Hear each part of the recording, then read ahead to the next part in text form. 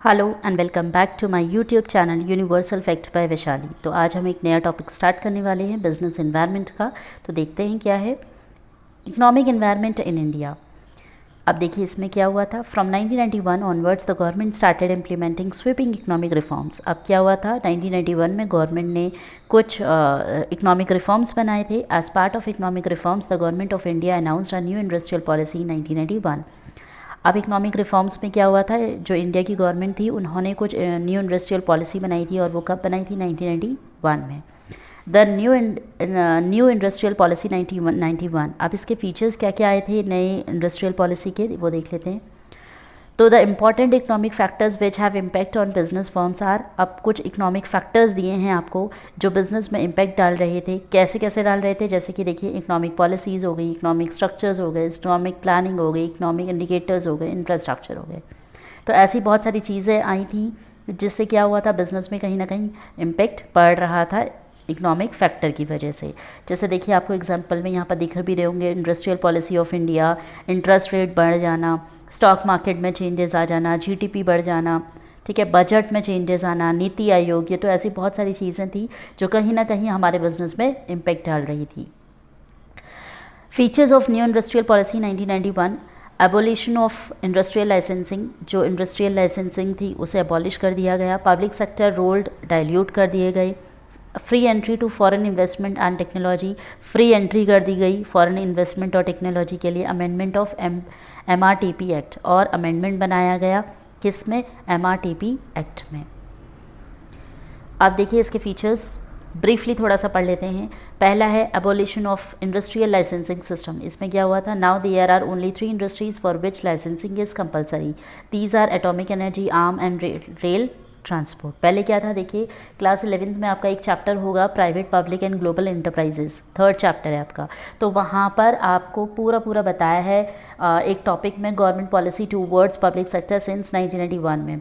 तो यहाँ पर और उसके बहुत सारे टॉपिक्स दे रखे हैं, जैसे कि reduction in the number of industries reserve for the public sector from 17 to 8। तो ये आपका बुक में यहाँ पर नहीं दिया हुआ है, मैं आपको अलग से बता रही हूँ। तो क्या हुआ था, पहले क्या था, गवर्नमेंट के पास कितने रिजर्व इंडस्ट्रीज़ थी, 17 थी। 17 से फिर उन्होंने 8 कर दी थी और 8 से अब वो फाइनली 3 हो गई हैं। तो जितनी बची हुई हैं इंडस्ट्रीज़ वो किसको दे दी थी, फिर प्राइवेट सेक्टर को दे दी थी। तो यहाँ पर वही कह रहा है कि अब गवर्नमेंट के पास कितनी इंडस्ट्रीज़ हैं, टोटल 3 इंडस्ट्रीज़ हैं जो लाइसेंसिंग है और कंपलसरी ही उन्हीं के पास पड़ी हुई हैं। और जो 3 कौन कौन सी इंडस्ट्रीज़ हैं, एटॉमिक एनर्जी, आर्म्स और रेल ट्रांसपोर्ट। सेकंड कह रहा है public sector role diluted. Public sector का जो रोल था वो डायल्यूट कर दिया गया। देखिए इसका क्या मतलब है, industrial policy 1991 seeks to restrict the role of public sector and open the door to private sector. तो यहाँ पर कह रहा है कि इंडस्ट्रियल पॉलिसी 1991 बनने के बाद क्या हुआ था कि पब्लिक सेक्टर पर रिस्ट्रिक्शन लगा दी गई थी, ठीक है, और प्राइवेट सेक्टर के लिए दरवाजे खोल दिए गए थे कि भाई आप अपना काम शुरू ईजिली कर सकती हैं। थर्ड देखिए disinvestment of public sector. यहाँ पर क्या कह रहा है, the government has started the process of disinvestment in those PCUs which had been running into loss. PCUs मतलब होता है पब्लिक सेक्टर अंडरटेकिंग या इंटरप्राइज, आप कुछ भी कह सकते हैं, ठीक है। तो यहाँ पर कह रहा है गवर्नमेंट ने क्या करा था, डिसइन्वेस्टमेंट की प्रोसेस शुरू कर दी थी। डिसइन्वेस्टमेंट की प्रोसेस शुरू करना मतलब उन जगहों से पैसा उन्होंने वापस लेना शुरू कर दिया था जहाँ पर उन्होंने इन्वेस्टमेंट करी थी और उन्हें एक उम्मीद थी कि हाँ यहाँ पर उन्हें प्रॉफिट होगा। तो प्रॉफिट नहीं हो रहा था, जिन PCUs यानी कि जिस पब्लिक सेक्टर में उनको लॉस होता जा रहा था वहाँ से वो पैसा वापस ले रहे थे। क्यों, क्योंकि उन्हें ऑब्वियस है पैसा, वहाँ पर अगर पैसा लगा के लॉस हो रहा है तो वो पैसा क्यों लगाएंगे, ठीक है। Fourth is liberalisation on foreign capital policy. यहाँ पर देखिए क्या कह रहा है, the share of foreign equity participation was increase. जो शेयर था वो फॉरेन इक्विटी पे लगाना उन्होंने इंक्रीज बढ़ा दिया। And in many sectors 100% FDI was permitted. और 100% क्या कर रहे थे, इन बहुत सारे ऐसे सेक्टर थे FDI के जहाँ पर वो 100% परमिट कर दे रहे थे, यानी कि 100% वो पैसा लगा रहे थे। तो FDI का मतलब होता है फॉरेन डायरेक्ट इन्वेस्टमेंट, यानी कि डायरेक्टली इन्वेस्टमेंट करना। तो वो डायरेक्टली क्या कर रहे थे, 100% इन्वेस्टमेंट उन्होंने शुरू कर दी थी। नेक्स्ट कह रहा है the major impact of the industrial policy 1991। अब देखिए क्या क्या मेजर इम्पैक्ट्स पढ़े थे। तो new economic policy, new economic policy के अंदर आपकी 3 चीज़ें आ जाती हैं। पहला है लिबराइजेशन, दूसरा प्राइवेटाइजेशन और तीसरा ग्लोबलाइजेशन। ये देख लेते हैं। तो पहला देख लेते हैं लिबराइजेशन। देखिए एलपीजी का मतलब होता है लिबराइजेशन, प्राइवेटाइजेशन एंड ग्लोबलाइजेशन। तो फर्स्ट देख लेते हैं liberalisation. It means liberating economic from unnecessary control and regulation and making the economic more competitive, and the 1991 policy introduced the new following measures of liberalization। तो यहाँ पर कह रहा है लिबरेटिंग इकोनॉमिक का मतलब था कि अननेसेसरी कंट्रोल जो किया जा रहा है, मतलब बेवजह जो कंट्रोल रेगुलेशन किए जा रहे हैं वो क्या कर दिया जाए, हटा दिए जाए, and making the economy more competitive, और क्या बनाया जाए, बहुत ज़्यादा कम्पिटिटिव बनाया जाए मार्केट को। The 1991 policy introduce the following. तो इसके लिए कुछ मेजर्स बनाए गए, यानी कि कुछ मेजर्स उठाए गए। अब वो क्या क्या हैं मेजर्स देख लेते हैं। तो फर्स्ट वन है abolition of industrial licensing accept in few. क्या हुआ था, इंडस्ट्रियल पॉलिसीज़ के थ्रू क्या करा गया था, जो लाइसेंस थे उन्हें क्या कर दिया था, एग्जेम्प्ट कर दिया गया, लेकिन कुछ जगहों पर लगाए गए थे, ठीक है, वरना अदरवाइज लाइसेंस का सिस्टम हटा दिया था। सेकंड कह रहा है liberalisation in import and export. Liberalisation यानी कि छूट दे दी थी उन्हें इंपोर्ट और एक्सपोर्ट के लिए, यानी कि फ्रीली वो क्या कर सकते हैं, इंपोर्ट भी कर सकते हैं और एक्सपोर्ट भी कर सकते हैं। थर्ड कह रहा है फ्रीडम इन फिक्सिंग प्राइसेस। यहाँ पर कह रहा है कि उनको छूट दे दी थी कि वो अपने हिसाब से प्राइस सेट कर सकते थे। पहले क्या था, गवर्नमेंट रेस्ट्रिक्शंस लगाती थी कि नहीं भाई आप इतने ही प्राइस रखोगे, लेकिन उसके बाद क्या हुआ, 1991 में जो इंडस्ट्रियल पॉलिसी बनी वहाँ पर उन्हें पूरी आज़ादी दे दी गई, वो अपने हिसाब से प्राइस सेट कर सकते हैं। फोर्थ कह रहा है easy and simplifying the procedure to attract foreign capital in India.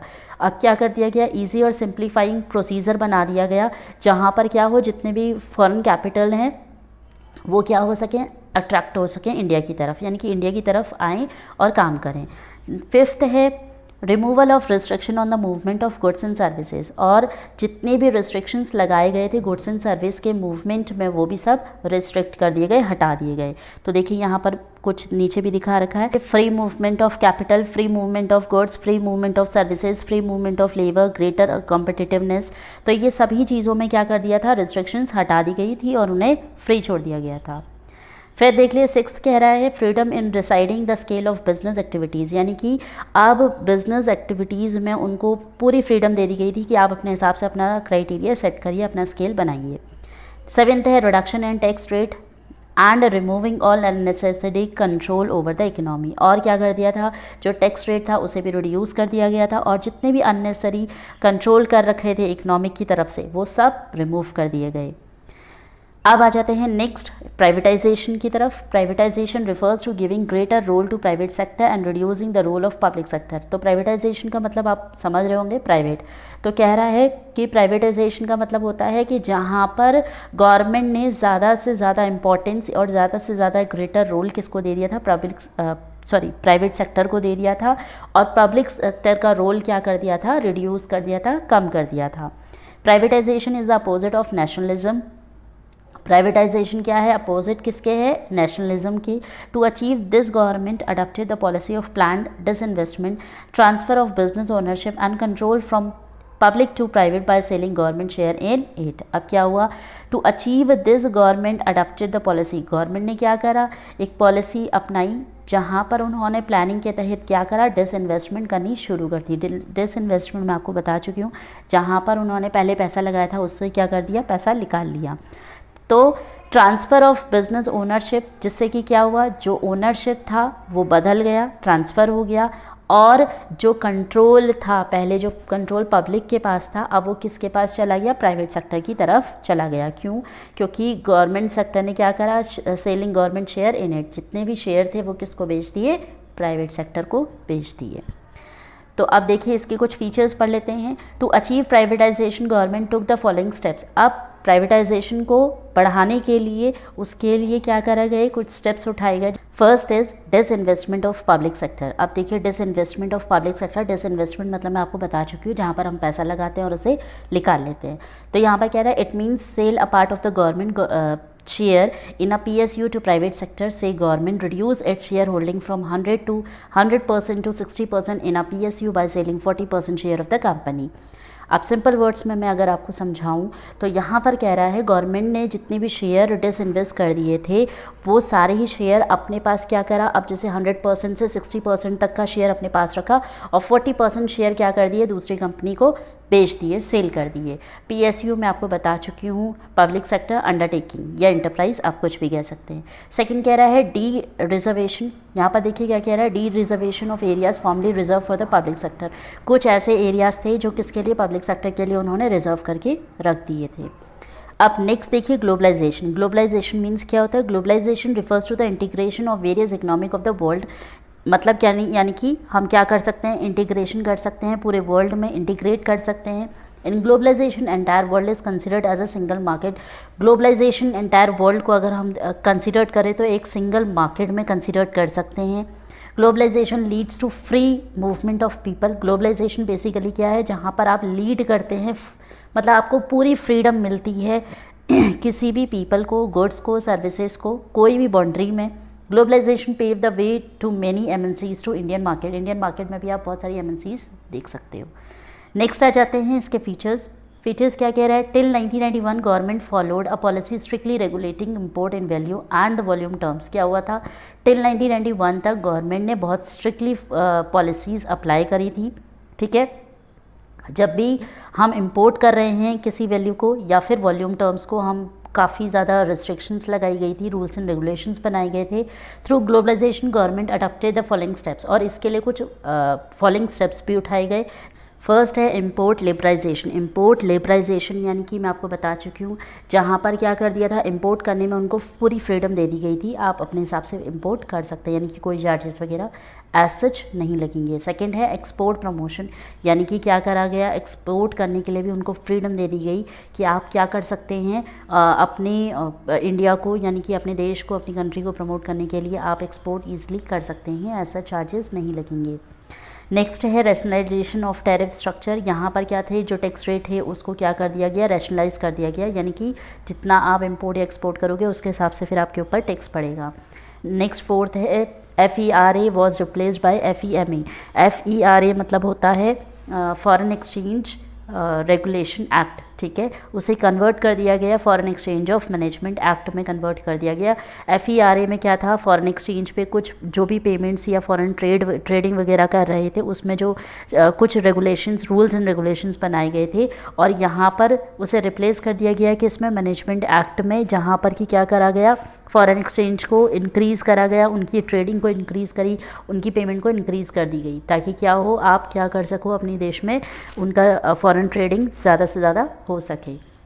Next आ जाते हैं impact of government policy changes on business and industries. अब क्या क्या इम्पैक्ट पड़ा गवर्नमेंट पॉलिसी का बिजनेस और इंडस्ट्री में, तो कह रहा है the policy of liberalisation, privatisation and globalisation made a significant change in the working of Indian business firms. They are, अब देखिए प्राइवेटाइजेशन, लिबराइजेशन और ग्लोबलाइजेशन यानी कि LPG होने की वजह से काफ़ी ज़्यादा चेंजेस आए थे इंडियन बिजनेस फर्म्स में। क्या क्या चेंजेस आए थे, पहला पढ़ लेते हैं।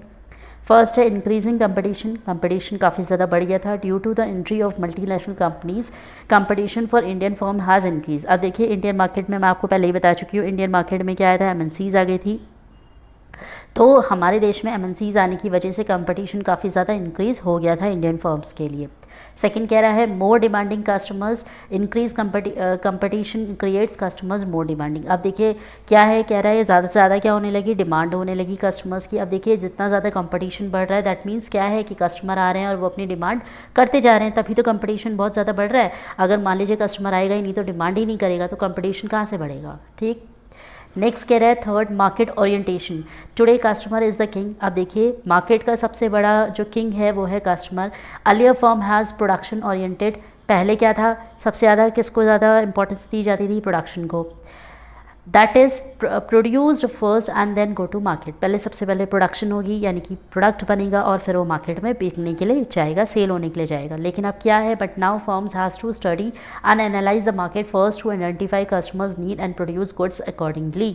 अब क्या है, मार्केट सबसे पहले ये देखता है, पढ़ता है, समझता है, एनालाइज करता है, और मार्केट में ये देखता है कि कस्टमर की नीड क्या है, क्या वो चाह रहा है, क्या उसकी डिमांड है, उसी के अकॉर्डिंग क्या बनाए जाते हैं, प्रोडक्ट्स बनाए जाते हैं और उसे मार्केट में लाया जाता है। फोर्थ कह रहा है रैपिडली चेंजिंग टेक्नोलॉजी इन्वायरमेंट। अब देखिए तेज़ी से क्या हो रहा है, टेक्नोलॉजी चेंज हो रही है। After globalization, the world-class competition started, and to face the competition, the companies need to adopt a world-class technology. अब देखिए जैसे जैसे ग्लोबलाइजेशन आया, ठीक है, वर्ल्ड क्लास कंपटीशन भी बढ़ गया, यानी कि जैसे जैसे MNC कंपनीज आ रही हैं और कंपटीशन उनका क्या होता जा रहा है, काफ़ी ज़्यादा बदलता जा रहा है, काफ़ी ज़्यादा तेज़ होता जा रहा है। तो अब जितना ज़्यादा कंपटीशन होगा तो ज़रूरी है कि हर बिज़नेस या हर कंपनी को क्या करना है, वर्ल्ड क्लास टेक्नोलॉजी अपनानी पड़ेगी। अगर वो अच्छी टेक्नोलॉजी यूज़ नहीं करेंगे तो क्या है, उनकी कंपनी बंद हो जाएगी। तो rapidly changing technology environment create tough challenge before smaller firms. अब क्या है, जैसे जैसे नई नई टेक्नोलॉजी आ रही है, जितनी तेज़ी से टेक्नोलॉजी इन्वायरमेंट चेंज होता जा रहा है तो चैलेंजेस भी क्या हो रहे हैं, छोटे छोटे फर्म्स के लिए बढ़ते जा रहे हैं।